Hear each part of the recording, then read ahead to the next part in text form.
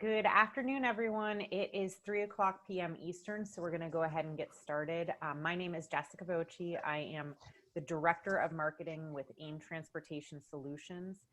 Thank you very much for joining us today. I'm just going to give you guys a quick intro, and then I'm going to pass the mic over to Mr. Ron Bourque.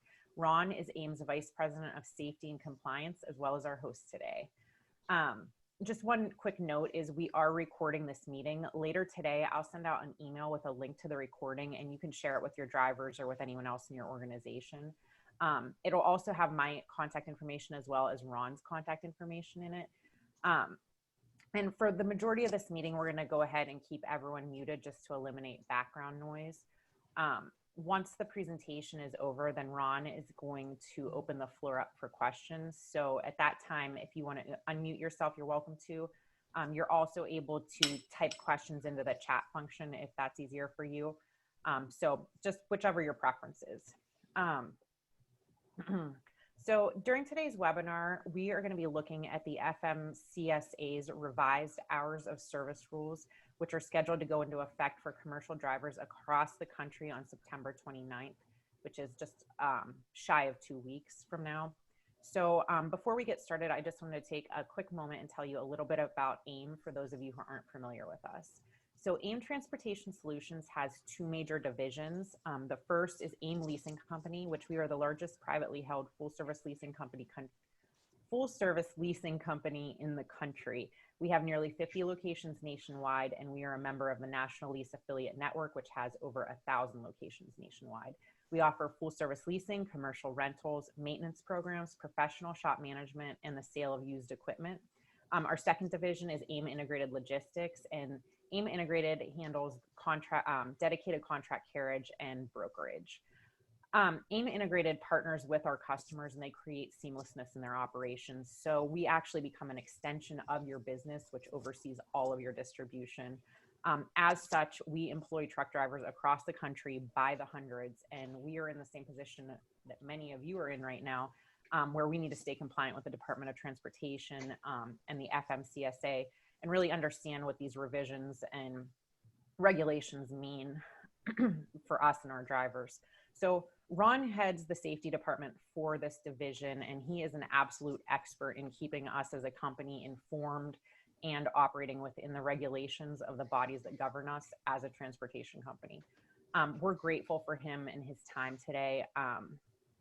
We're really grateful that we're able to share the resources of our integrated division with some of our leasing customers, and also share some information with many of you on the call today who aren't AIM customers at all, but are in kind of the same position that we are, where you want to stay compliant.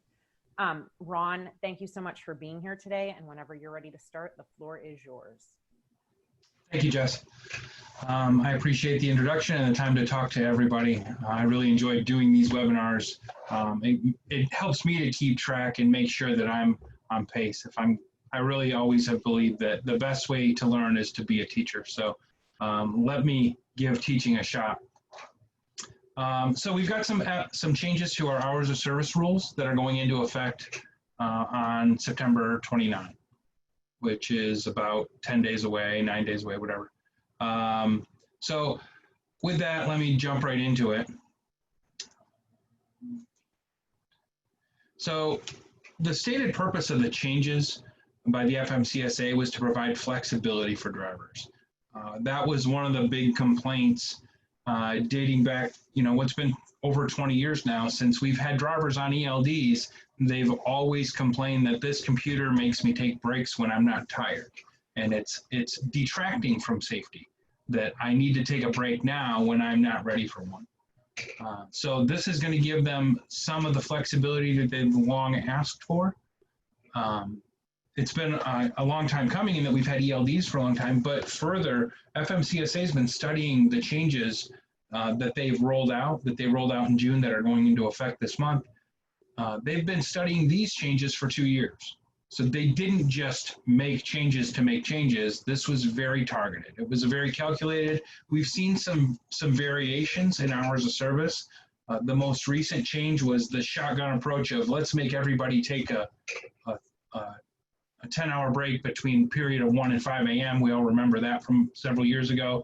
And then that was abruptly abandoned.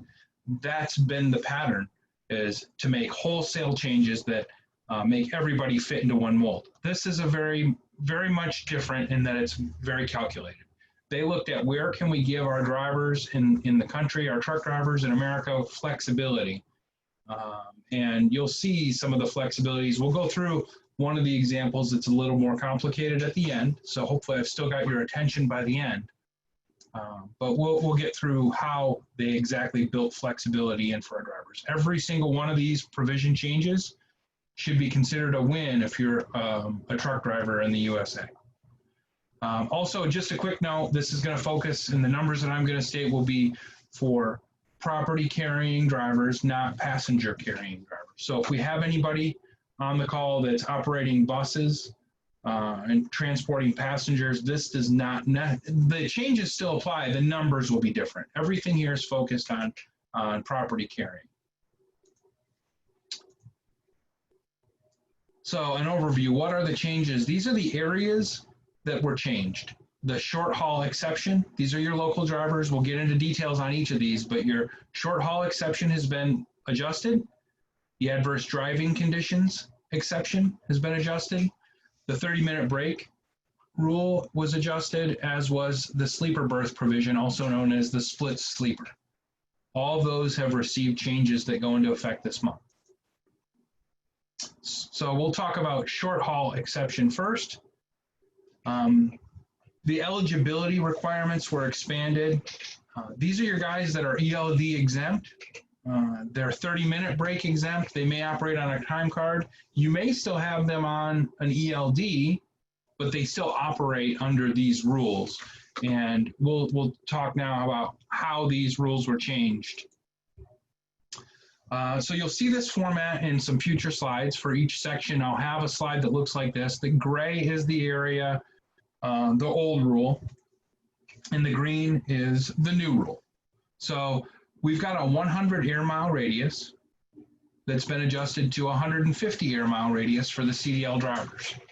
The 150 air mile radius for non-CDL is unchanged, and the 12-hour limit for hours was adjusted to 14 hours. So essentially, if a driver was going to stay within a 100 air mile radius with a CDL vehicle and his day was going to remain under 12 hours, he could operate under the short haul exception, which meant he was ELD exempt and he would be allowed to skip his 30-minute break. And you see the new qualification criteria of 150 air miles and 14-hour limit. So some of the things that impacts is you're going to have fewer drivers that are ELD required, because short haul exception is the driving force in whether or not you're required to have an ELD. So this affects that ELD mandate as well. Things that are unchanged, the start and end of the day along with the total hours must be maintained by the carrier in the back office. You need to start and end your day in the same location each day. All of the rules that applied to the short haul exception are still in effect, with one exception, and that is two exceptions, 150 air miles for qualification and 14-hour limit. So start and end must be the same location. You must have a 10-hour break. You can't do a sleeper berth provision and claim short haul exception. Those are mutually exclusive. The record of duty status can be on paper. It doesn't need to be in cab either. It just needs to be in the back office. So you could have drivers there working on a time card. You still have the 8 rolling days within a 30-day period of paper logs allowed. So if your driver exceeds the time of 14 hours for a big day exception that he can do periodically, that would be a day he would need a paper log and would need a 30-minute break, and that's a day he would need to be on the paper log, which you can do 8 times in a 30-day period. But it does really open up the idea that your drivers staying under 14 hours can remain off of ELDs. That's the big change in my mind, is that you're going to have fewer drivers needing ELDs with this exception. The next section is adverse driving conditions. This one's a little more abstract. The difference here is really buried in the definition of what is adverse driving condition. So I want to compare the two definitions. The old one is in gray up top, and the new definition is down below in green. So we've got, under the old definition, adverse driving condition means snow, ice, sleet, fog, or other adverse weather conditions or unusual road or traffic conditions that were not known or could not reasonably be known to a driver immediately prior to beginning the duty day or immediately before beginning driving after a qualifying rest break or sleep or berth period, or to a motor carrier immediately prior to dispatching the driver. That was the old definition. The new definition, essentially the same up top, and when we get to the bottom half, you'll see there's a lot missing. And there's no mention in the new definition of the driver, and there's no mention in the new definition of being reasonably able to detect those conditions. So they needed to be apparent on the basis of information known to the person dispatching the run at the time it was begun. So this is the new definition. The timing and the person with the knowledge has changed. So the driver may very well know, but if the dispatcher doesn't know at the time of dispatch, then that adverse condition can be applied. So that's when you become eligible. And then once it is applied, there was also another change. The original adverse driving condition allowed 2 additional drive hours, but no additional on-duty hours. So your 11-hour clock from the beginning of your day to the end of your day, your 11 hours of drive available was pushed to 13, but it didn't allow for any additional on-duty hours. So you still had the 14-hour limit. And the person with the knowledge was the driver and the dispatcher originally. Now, under the new conditions, the 2 additional drive hours are awarded along with permitting 2 additional on-duty hours, pushing that duty time up to 16 hours per day. And only the dispatcher needed to have that knowledge. So with the 14-hour clock being extended, the adverse condition allows flexibility for our drivers. It makes this condition far more accessible. In the past, we could rarely invoke this exception because of the 14-hour limit. Even though we were allowed to drive for 2 additional hours, it was frequent that the adverse conditions would cause our 14-hour clock to limit our day. So this condition really expands the flexibility that our drivers will be able to legally take advantage of. The next break is the maligned 30-minute break, the next change. So under the current 30-minute break rules, from the time the driver starts his day to the time that he ends his day, he needs to have no more than an 8-hour period where he hasn't had a 30-minute consecutive break. They did not change the fact that the 30-minute break is still one of the biggest CSA point violations that a driver will get. It's also one of the most common, but at 8 CSA points, it's very punitive for your driver to skip his 30-minute break. But now under the new rule, the 30-minute break can be applied whether they're off duty, in the sleeper berth, or on duty.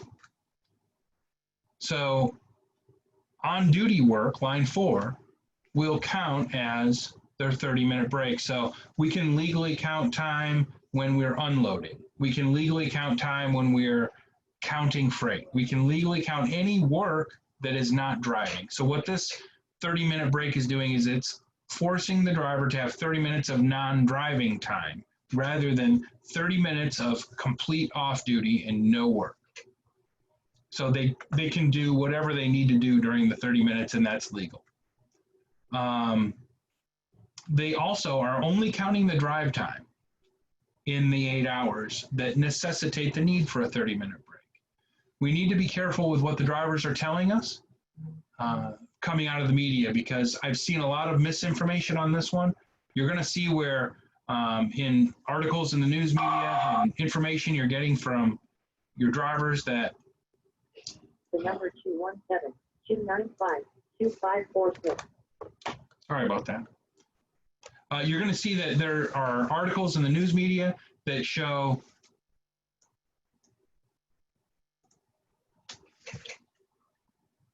that 8 hours of continuous driving is required before a 30-minute break is necessary.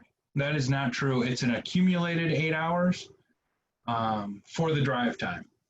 Also, there's some information out in the internet about the 30-minute break being aggregated. That's also not true. They need to do a 30-minute continuous break. So the 30-minute break needs to be continuous while the 8 hours of driving is aggregated and not necessarily continuous. So down below, you'll see any time spent working non-driving will satisfy that requirement.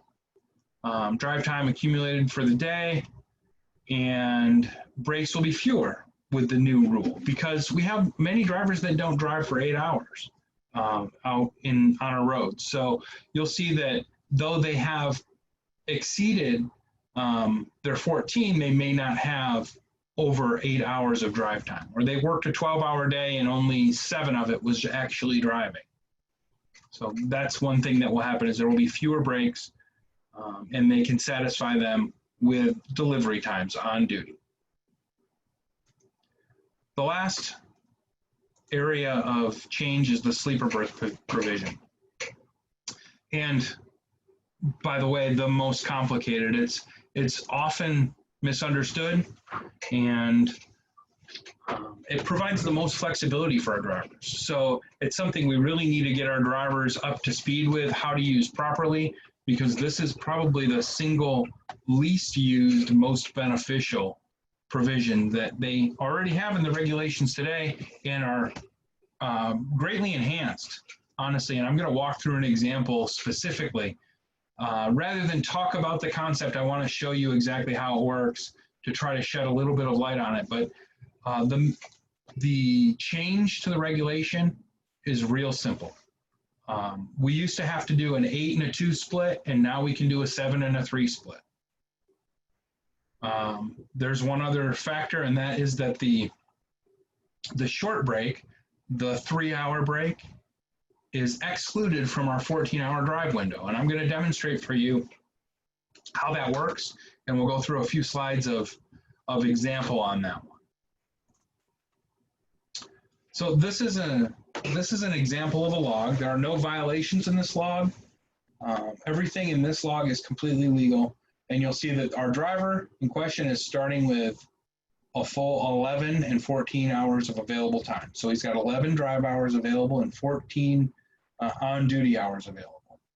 And right away, the first thing I want to point out is the time from midnight to 5 p.m. That's 17 hours, and he's not in violation. That's the power of excluding the 3 hours of off-duty from the 14-hour window. So though it seems like a very minor change, it really stretches out when the driver can run and when he cannot. So this driver had a 17-hour on-duty period with a 3-hour break right in the middle of it. This break could be moved a little forward or a little back in his day, depending on what he chose to do. So he's got the complete flexibility to make this break whenever he would want to make that. So if he or she wanted to take that break from 4 a.m. to 7 a.m., that would be legal, and still have the rest of this day ending at 5 p.m., he or she could do that. That would be absolutely legal. The 3-hour break allowed for 6 hours of driving and 1 hour of on duty, followed by a 3-hour break. And the next slide we've got, we're out of order here, sorry for that. After the break, they drive for 5 additional hours and take their break at 5 p.m. Okay, this break is going to be 7 hours in length. So what we've got is we've got a 17-hour day beginning at midnight, ending at 5, with 11 drive hours from 1 a.m. to 7 a.m. and noon to 5. That's our total of 11. We've got 7 hours in the sleeper and 3 hours off duty. That's our 10. And at midnight, we've completed our 10-hour break and our 11 hours of driving. I don't necessarily want to open up to questions right now, but think in your head, how many hours would this driver have available at midnight? And I'll give you a minute to think about that. I'll tell you that compliance is always measured from the end of the first qualifying break, which in this case is 10 a.m. That's when we're going to measure compliance. So we started our day, worked 17 hours with a 3-hour break in the middle.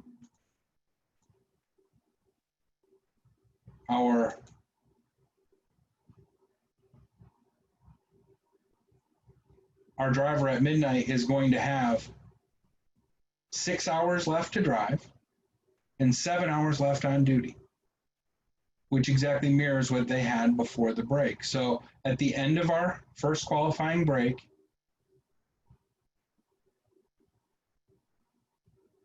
we are going to measure out our 5 drive hours used and our 7 total on-duty hours used, and subtract that from our 11 and 14-hour clocks to get our times.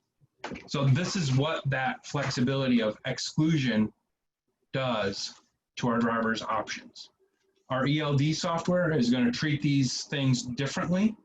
So whether you're using PeopleNet or GeoTab or any other solution, Omnitrix, whatever it may be, you may have different requirements from your ELD provider, but all of them are going to be rooted in these concepts to extend that drive time out and spread it throughout the day. So there's no reason that a driver couldn't conduct this operation ongoing day after day, linking together 7 and 3-hour breaks and spread their drive time out around the clock and drive whenever they really need to, rather than being forced to specifically work 14 hours consecutively and then take 10 hours off. So there are a great deal of flexibility with regard to the sleeper berth provision. It's really worth understanding. And the best thing about it is that your ELD software is going to guide you through it and automatically, depending on the system you use, automatically calculate your availability and walk you through that. Does anybody have any questions about the material that we covered today?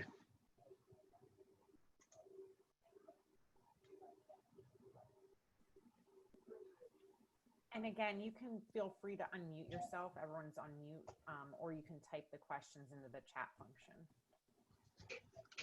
Hey, Ron. Yes. Okay, I got a question on the 30-minute break. Okay. I don't have many routes, but some are over 10 hours drive.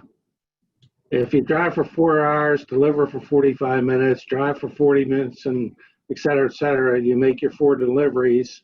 On the way back, you would pass the 8-hour mark of driving.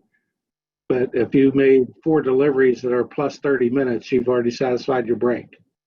That's exactly right. Yeah, that driver would never need to stop and do a 30-minute break. As long as he's got 30 consecutive minutes of non-drive that he's logged that way, then you're in good shape. Great. We can eliminate the breaks from our type of delivery system then. Yeah, thank you. As long as your customers are ready for your deliveries 30 minutes early in the afternoon, you'll be all set.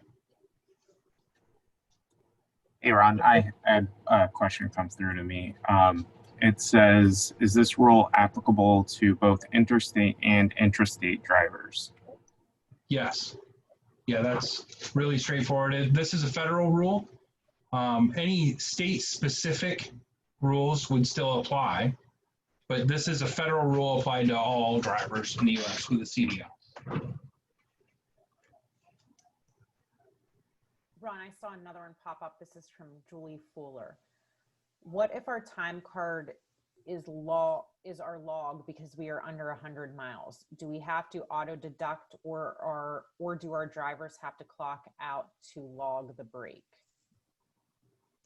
So if your driver is operating on a time card, they aren't required to do a 30-minute break.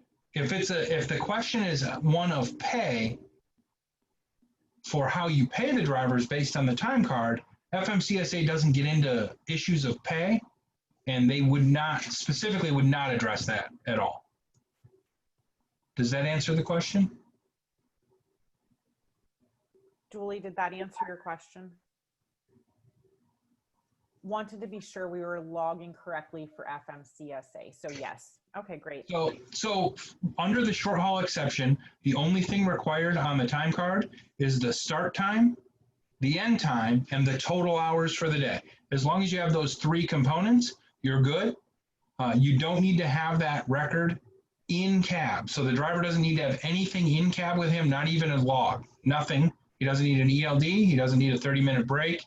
As long as he stays under what is today 12 hours, what will be 14 hours, as long as he stays under those thresholds, then those things apply to him. So I'm going to jump back in my presentation and put that screen up if I can figure out how to get back there. Just to make sure that everybody is clear.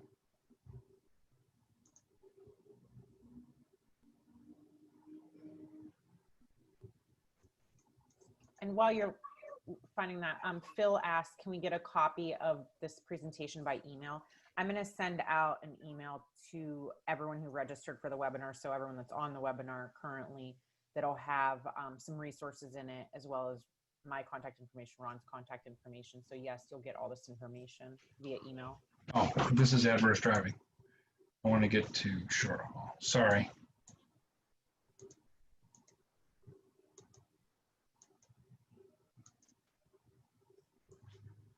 Okay. So if these conditions are met, 150 air mile radius for a CDL driver, or 150 air mile radius for a non-CDL driver, and a 14-hour start of day to end of day limit, then your driver is exempt from doing a 30-minute break. He is exempt from maintaining a record of duty status in cab, and he or she is exempt from ELDs. So the only thing that's required for that driver is that his or her hours are logged in the back office. And one thing I'd like to caution you about, if you're operating in this model, make sure that your drivers understand why it's legal for them to not have a log in their truck. If they just start driving the truck and the officer pulls them over in an inspection, or they get pulled in a scale for an inspection and they just say, I don't know, they told me I don't need a log. That's not a good answer. He could be shut down just because of his answer. So he might be perfectly legal, but he needs to understand, or she needs to understand, why that log isn't required for them, why the record of duty status is not needed in cab. Ron, we got another question. Will the 8-2 split be the same as the 7-3 split? From a legality standpoint, yes. The short break must be at least 2 hours, and the long break must be at least 7. So if you've done a 2, then your longer break will have to be an 8. Does that make sense, Jess? It does to me. Roy, was that sufficient? Yes, he says thank you. So both an 8 and 2 and a 7 and 3 are legal. The change here is the 7-3, which is why I demonstrated that one in the example. Got it. Angela is asking, does this new rule start at midnight on the 28th? It does. Midnight the 28th, beginning at 12:01 a.m. on the 29th.